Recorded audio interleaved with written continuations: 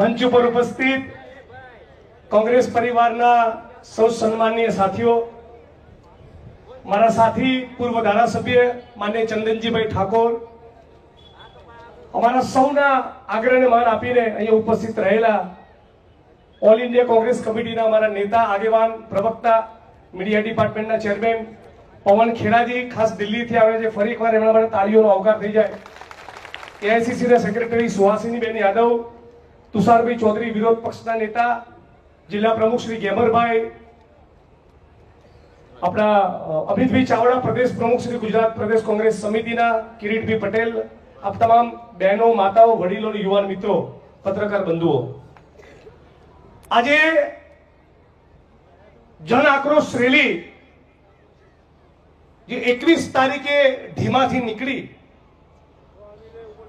એની પૂર્વે સૌરાષ્ટ્રની અંદર 1000 કિલોમીટરની ટ્રેક્ટર યાત્રા અમે કરી. આ તો બધા સારા માણસો છે મીડિયાના, પણ કેટલીક ચેનલોમાં નિયમિત ઉદ્યોગપતિઓનું બંડલ જાય કે જિગ્નેશભાઈની વિરુદ્ધમાં કઈ રીતે બતાવીએ, કોંગ્રેસ પાર્ટીની વિરુદ્ધમાં કઈ રીતે બતાવી, કાયદેસર સોપારી જ આપેલી છે. આ તો બધા સારા માણસ સરસ બતાવશે મને, પણ 1100 કિલોમીટર લાંબી જે યાત્રા કરી, એ યાત્રાના મૂળમાં કોંગ્રેસ પાર્ટીનો એક જ વિચાર, એક જ ભાવ હતો. એ ભાવ લઈને તમારી વચ્ચે આવ્યા છીએ કે જગતનો તાત ખેડૂત, એના દેવા માફ થવા જોઈએ. આ કાકુસીની ધરતી યાદ રાખે. ભારત સરકારના આંકડા પ્રમાણે આજની તારીખે આપણા દેશના એક ખેડૂતની ખેતીમાંથી થતી એક દિવસની આવક, ઘર પરિવારના બીજા સભ્યો બીજું કામ કરતા હોય એ નહીં ગણવાનું, ખાલી ખેતીની એક ખેડૂતની એક દિવસની આવક આ 2025ના ભારતમાં ફક્ત 27 રૂપિયા છે. કેટલા? 27 રૂપિયા. અને મુકેશ અંબાણી એ 27 માળની બિલ્ડિંગમાં રહે છે. એટલે નરેન્દ્રભાઈનો ફોટો તમને મુકેશ અંબાણી જોડે જોવા મળશે, અને રાહુલ ગાંધીનો ફોટો તમને દાળિયા, ભાગ્યા અને ખેડૂતની પડખે જોવા મળશે. આખા ખેડૂત પરિવારની આવક, ખેડૂત એના પરિવારમાં દીકરા હોય, કોઈ ગલ્લો કરીને ભૂંગળાના બટાકા વેચતું હોય, કે પરિવારની કોઈ બેન કચરા પોતા કરવા જતી હોય, કે કોઈના ત્યાં ફેક્ટરીમાં દીકરો જતો હોય, એ ખેડૂત પરિવારની આવક એ 10,218 રૂપિયા છે. હવે 2,000ની ડીશ તો ભારતીય જનતા પાર્ટીના ચોરો ખાઈ જાય છે કાર્યક્રમોમાં સરકારી, અને આખા ખેડૂત પરિવારની આવક કેટલી? 10,218 રૂપિયા. પણ નરેન્દ્રભાઈએ તો તમને ને મને વચન આપ્યું હતું, આખા ગુજરાત અને દેશના ખેડૂતોને વચન આપ્યું હતું કે તમારી આવક ડબલ કરીને બતાવીશું. આવક નહીં, જાવક ડબલ થઈ ગઈ. આજ ગુજરાતની અંદર જે કહેવાતા વાઇબ્રન્ટ અને સ્વર્ણિમ ગુજરાતની અંદર આ કમોસમી વરસાદના કારણે 6 ખેડૂતોએ આપઘાત કરવો પડ્યો. લાજીને ડૂબી મરો, ભાજપ પડાવો. અને એટલા માટે અને જન આક્રોશ રેલી એ માંગ લઈને નીકળી છે કે દુનિયા થાય પણ જ્યાં સુધી ગુજરાતના ખેડૂતોના દેવા માફ કરવામાં આવે નહીં, ત્યાં સુધી અમે ઇન્કલાબ કરવાના છીએ. અને આ વાત લઈને જન આક્રોશ રેલી નીકળી. સાથોસાથ અમારી માંગણી હતી કે ભાઈ ધારો કે ચંદનજીભાઈને કાલે ગુજરાતના મુખ્યમંત્રી બનાવી દઈએ અને 50 લાખ લોકોને રોજગારી ના આપે એવું બને, પણ ખાલી પડેલા સરકારી પદોમાં ભરતી કરવી, એમાં તો કોઈ રોકેટ સાયન્સ છે નહીં. ધારો કે 2.5 લાખ પદ ખાલી હોય તો 5 વર્ષનું તમારું શાસન, દર વર્ષે 50,000 કરીને 2.5 લાખ લોકોને નોકરી આપી દો. એટલે બીજી અમારી ખાસ માંગણી હતી કે ખાલી પડેલા સરકારી પદોમાં ભરતી થવી જોઈએ. વર્ષોથી આપણે બધા કાકોસી હોય, સિદ્ધપુર હોય, પાટણ હોય, વડગામ હોય, ગુજરાતના ખૂણે ખૂણે જઈને બોલીએ છીએ કે આશા વર્કર બહેનો, આંગણવાડીની બહેનો, જીઆઈએસએફના જવાન, સફાઈ કામદાર, મલ્ટીપર્પઝ હેલ્થ વર્કર, પંચાયતના પટાવાળા, હોમગાર્ડના જવાનો આ ફિક્સ પગાર આઉટસોર્સિંગ કોન્ટ્રાક્ટમાં નીચો વહી ગયા. તો આ ફિક્સ પગાર આઉટસોર્સિંગ કોન્ટ્રાક્ટની સિસ્ટમ પણ આ ગુજરાતમાંથી નાબૂદ થવી જોઈએ. આ વાત લઈને અમે આખા ગુજરાતમાં નીકળ્યા હતા, સૌરાષ્ટ્રમાં નીકળ્યા હતા. હવે ભલું થજો હર્ષ સંઘવીનું,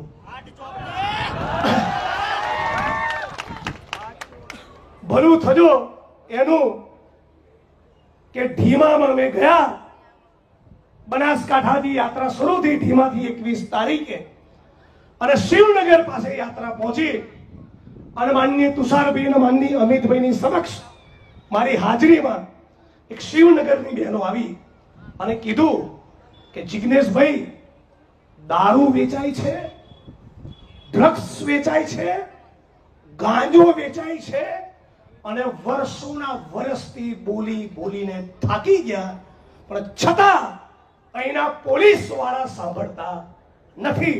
બોલો મારે શું કરવાનું?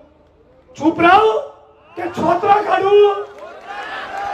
એટલે નક્કી કર્યું કે હમણાં છોતરા કાઢવામાં આવશે, અને ટોળું લઈને ગયો હજળપંપ પોલીસ સ્ટેશન. કાવો બેટમજી, બરાબર કર્યું ને?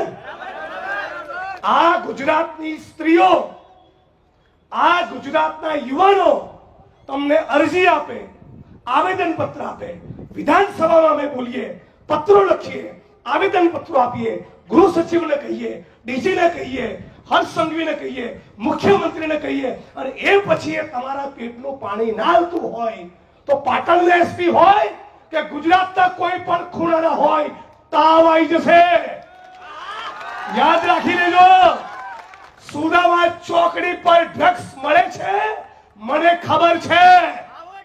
અને યાદ રાખી લેજો, આ 4 દિવસની ઇન્સ્ટાગ્રામની રીલ બનાવવાનો કાર્યક્રમ નથી, છોડા કાઢી નાખવા માટે નીકળ્યા છીએ. અને ત્યાં જઈને પછી બધી બહેનો અને માતાઓ ધમધમાટી બોલાવી. ત્યાંના જિલ્લા પોલીસ વડા થરાદના, ત્યાંના પોલીસ ઇન્સ્પેક્ટર, જાહેરમાં કહું છું, એમને 10-12 દિવસથી વધારે નહોતા થયા. મુખ્યત્વે વાંક એમનો નથી, પણ ત્યાં એક પોલીસ સબ ઇન્સ્પેક્ટર જે પોલીસ ઇન્સ્પેક્ટરના પાવરમાં ફરે છે, જેને સત્તાના આશીર્વાદ છે, એ અને ડીવાયએસપી ની જવાબદારી બનતી હતી કે એસપી ને જાણ કરે કે અહીંયા આટલા ધંધા ચાલે છે, સાહેબ બંધ કરાવો. મારી બહેનો ખોટી નથી. એ છતાં મીડિયામાં શું સીન ક્રિએટ કર્યો કે જિગ્નેશભાઈ જે લોકોને લઈને ગયા હતા ત્યાં તો કે બુટલેગર હતો. અને બુટલેગર હતો, તમે મંજીરા વગાડતા હતા? દારૂ ગુજરાતમાં વેચાતો હોય તો બુટલેગર નીકળે. પણ મૂળ ફરિયાદ હતી બહેનોની. આ તમારી વચ્ચે ગુજરાતની જનતા સમક્ષ ચોખવટ કરવી જરૂરી છે. અને બહેનોની રજૂઆતના પગલે અમે ગજગજાઈને ત્યાં આગળ બેટિંગ કરી. મરચા લાગ્યા પહેલા 8 ચોપડીને કાર્યક્રમ કર્યો થરાદમાં, અને રેલો આવ્યો સુરત અને ગાંધીનગરમાં, અને બરાબર ભરેલા તીખા તમતમતા મરચા લાગ્યા. અને પછી ભાઈ બોલ્યા કે સંસ્કાર નથી. અને ગુજરાતની વસ્તી પછી તો જે ચડી બેઠી છે, આવડી સોશિયલ મીડિયામાં ત્યારની ઘડીને આજનો દિવસ ચોપડાવે છે. આખા ગુજરાતે કાર્યક્રમ ઉપાડી લીધો છે. ચારે બાજુથી ફોન આવે છે. 70 અડ્ડાઓનું લિસ્ટ મને પાટણ અને વડોદરાનું ગઈકાલે રાત્રે મને મળ્યું. પછી તપાસ કરી જયાબેન, તો લગભગ 70-80% તો બધું બંધ થઈ ગયું છે અહીંયા. બાકીનું 20-25% બાકી હશે ને એવું સમજતા છે કે અમિતભાઈ ને જિગ્નેશભાઈ તો રેલી પટેલે ઘેર જતા રહેશે. પડોશી છું વડગામ વાળો, બૂમ પાડશું એટલે આવી જઈશ. સહેજ પણ ઢીલું મૂકવાનું નથી. પણ મિસ્ટર સંઘવીને કહેવા માંગુ છું, કાવો આ કાકોસી અને પાટણની ધરતી પરથી તમને ચેલેન્જ કરું છું. દારૂ અને ડ્રગ્સના મુદ્દે ગુજરાત પોલીસ ભવનના પ્રાંગણમાં એક જાહેરમાં મારી સાથે ડિબેટ થઈ જાય, અને દૂધનું દૂધ અને પાણીનું પાણી કરીએ. તમને પડકાર ફેંકું છું, મારી સાથે જાહેરમાં ડિબેટ કરો. અને તમને વચન પણ આપું છું, 8 ચોપડી ભરેલા છો, 9માના પાઠ્યપુસ્તકનો કોઈ સવાલ નહીં પૂછું, બસ. પણ તમને સવાલ તો પૂછવામાં આવશે કે કયો એ મંત્રી છે જે કુટણખાના, જુગારના અડ્ડા, દારૂના અડ્ડા અને ડ્રગ્સના કાળો કારોબારમાંથી કમાય છે? એ મંત્રી કોણ છે? આ સવાલ પૂછો કે નહીં? જે ડ્રગ્સના કાળા કારોબારમાંથી કમાય એને ગુજરાતનો ગદ્દાર કહેવાય કે નહીં? બોલો, જે ડ્રગ્સના કાળા કારોબારમાંથી કમાય એને શું કહેવાય?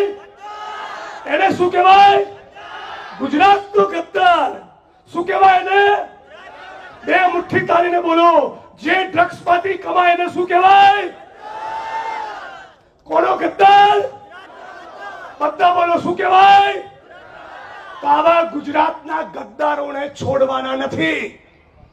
माननीय पवन जी, पुलिस के कुछ दोस्तों ने फोन करके 2 दिन पहले मुझे बताया, कल चंदन जी भाई को बताया, मेरी विधानसभा की टीम में किसी ने बताया कि जिग्नेश भाई आपके खिलाफ जिस प्रकार से आसाम में साजिश हुई, उस प्रकार की साजिश की गुजरात की भाजपा सरकार और एक बार तैयारी कर रही है. तो मैंने बताया 2 दिन पहले ही आसाम की कोर्ट ने महिला के साथ छेड़छाड़ी करने का जो केस लगा था, उसकी जो सेक्शन थी वो धारा मेरे खिलाफ से निकाल दी है. खोटा केस करशो तो भोगवशो, चालू नौकरी में हसो तो भी, निवृत्त થઈ ગયા હસો તો બી, અને ન્યૂઝ ચેનલની ડિબેટમાં બેસીને ફાંકા ફોજદારી કરનારા નિવૃત્ત આઈપીએસ અધિકારી મિસ્ટર બ્રહ્મભટ્ટ, તું બી મેહોણાનો અને હું અસલ મેહોણાનો. મેહોણાના કયા ગામમાં કેટલી જમીનો તેન તારા હાડુભાઈને બનાવી લીધી છે ને, બધાનો રેકોર્ડ મારી જોડે આવી ગયો છે. એટલે ખોટી ટણીઓ જ્યાં કરતા હોય ને ત્યાં, અહીંયા નહીં, અહીંયા ગુજરાતની જનતાએ સંકલ્પ કર્યો છે આપણી બહેન દીકરીઓ માતાઓને હવે વિધવા બનવા દેવાની નથી. હું 2 મિનિટમાં મારી વાણીને વિરામ આપીશ, પણ આપ તમામ લોકોને હાથ જોડીને વિનંતી કરું છું, દારૂના વ્યસનમાંથી કદાચ તમારો દીકરો બચી જશે, કદાચ સફળતાપૂર્વક તમે પ્રયત્ન કરશો તો બહાર આવશે, પણ એકવાર ડ્રગ્સની ચુંગાલમાં ફસાયો એટલે કાયમ માટે તમે એને ભૂલી જજો. એટલા ભયંકર કેમિકલ ડ્રગ્સ આપણા ગુજરાતમાં આવી ચૂક્યા છે. બીજી ચેલેન્જ આપું છું ગુજરાતની સરકાર અને ગુજરાતના ગૃહમંત્રીને, તમે વિધાનસભાના મંચ ઉપર ગુજરાતમાં 5 વર્ષમાં કેટલું ડ્રગ્સ પકડાયું એનો સાચો આંકડો જાહેર કરો. મારો દાવો છે કે ગુજરાતના દરિયાકાંઠે છેલ્લા 5 વર્ષમાં 72,000 કરોડ રૂપિયાનું ડ્રગ્સ પકડાયું છે. તમે જે આંકડા આપો છો મીડિયામાં, જાહેર સભાના મંચ પરથી અને વિધાનસભામાં, એ આંકડાઓને હું ચેલેન્જ કરું છું. સાચો આંકડો એનાથી પણ ગંભીર છે. સવાલ નંબર 3, કાકોસીના કોઈ વ્યક્તિના ઘરમાંથી ડ્રગ્સ પકડાય તો ભી પોલીસ એની પૂછપરછ કરવી જોઈએ કે ના કરવી જોઈએ? એની તપાસ થવી જોઈએ કે ના થવી જોઈએ? તો ગૌતમ અદાણીના મુન્દ્રા પોર્ટ પરથી ડ્રગ્સ પકડાયું. બોલો મારા 56 ઇંચની છાતી વાળા મોદી સાહેબ, કબ ચढ़ेगी ईदी अदानी के घर की सीढ़ी? આનો જવાબ આપો. તો ગૌતમ અદાણીના ઘરે તમે ક્યારે તપાસ કરવા જવાના છો? એટલે 8 ચોપડી ફાંકા ફોજદારી મૂકી ગુજરાતની મારી બહેનો અને માતાઓ હવે વિધવા ના થાય એવું કરો. આવો બધા સાથે મળીએ અને એક નવું ગુજરાત બનાવીએ, એક ઉજળું ગુજરાત બનાવીએ, સાબિત કરીએ કે ગાંધી અને સરદારનું ગુજરાત છે, ઇન્દુલાલ યાજ્ઞિક અને રવિશંકર મહારાજનું ગુજરાત છે. આપણા ગુજરાતમાં એક પણ યુવાન એ ડ્રગ્સની ચુંગાલમાં ફસાવો જોઈએ નહીં. તમે એક માણસ સોશિયલ મીડિયામાં લખો, લિસ્ટ જાહેર કરો, કોંગ્રેસ કાર્યાલયમાં પહોંચાડો, કોંગ્રેસના તાલુકા પ્રમુખને આપો, જિલ્લા પ્રમુખને આપો, ધારાસભ્યને આપો, જ્ઞાનીબેન સંસદ સભ્યને આપો, પૂર્વ ધારાસભ્યોને આપો. તમામ જગ્યાએથી ગુજરાતમાં જે ગુંજ ઉઠી છે એને ઇન્કલાબમાં તબદીલ કરી દો. કહી દો કે આ તમારા બાપનો દેશ નથી, ये धरती अपने आप की नहीं तुम्हारे बाप की। આ ખોખારો ખાઈને કહેવાનો છું, છેલ્લે મારી વાણીની